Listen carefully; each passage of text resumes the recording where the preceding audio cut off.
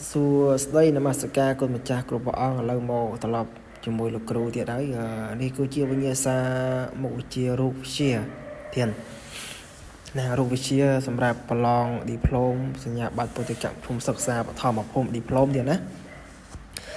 đi cứ chia sầm nua rụp chia nè rụp chia cái miền pi sầm nua thòm thòm hay sầm nua tìm mới cứ kia xua nè đâm đánh hào thá tên là phò mà sần nghề nhà ta tiền ai trong bờ chầm lại thằng ở cái nía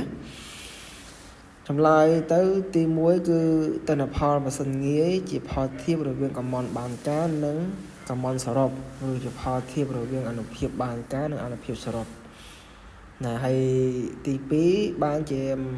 mà sần nghề nên tên là phò tôi chiều mà rồi phía rồi bru ăn thiệp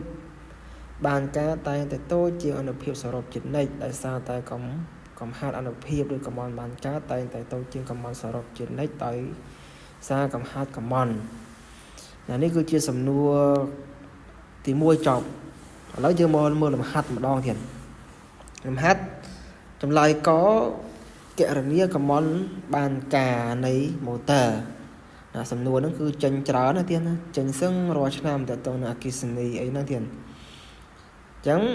បងអង្គមើលទៅតាមសំណួររបស់លោកគ្រូទៅដោយកំមន់បានការប្រើលើវត្ថុកំមន់បានការជាកំមន់បន្ទុកយើងបានរូបមន្តមួយ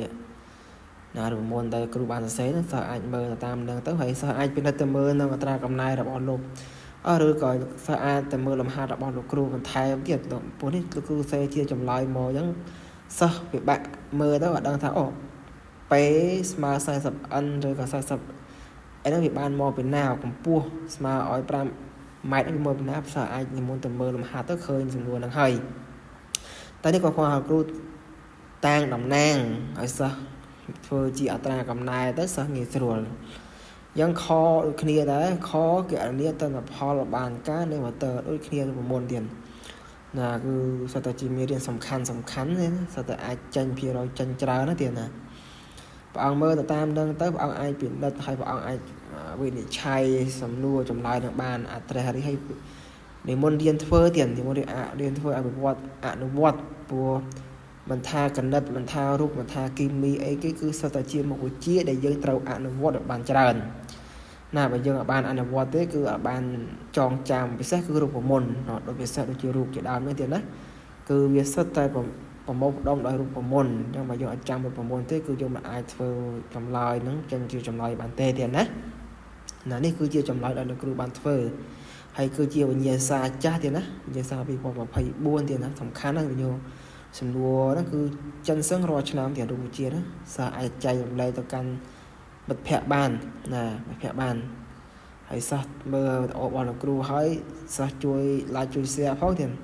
ជួយ like ជួយ share ជួយ subscribe channel របស់លោកគ្រូផងដើម្បីឲ្យលោកគ្រូហ្នឹងបានមានពេលធ្វើនៅវីដេអូចែកដល់សិស្សអស់គ្នាទៀត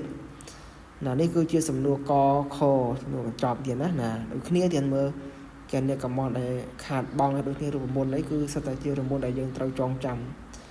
ទាំងអស់ទៀតណាអស់យ៉ាងលោកគ្រូមានតែប៉ុណ្្នេះទេប្រគិនពរគ្រប់ព្រះអង្គទៀតប្រឡងជាប់នេះពេលខាងមុខនេះមើលវីដេអូរបស់គ្រូហើយសង្ឃឹមប្រឡងជាប់ប្រគិនពរគ្រប់អង្គប្រឡងជាប់អរគុណសាធុ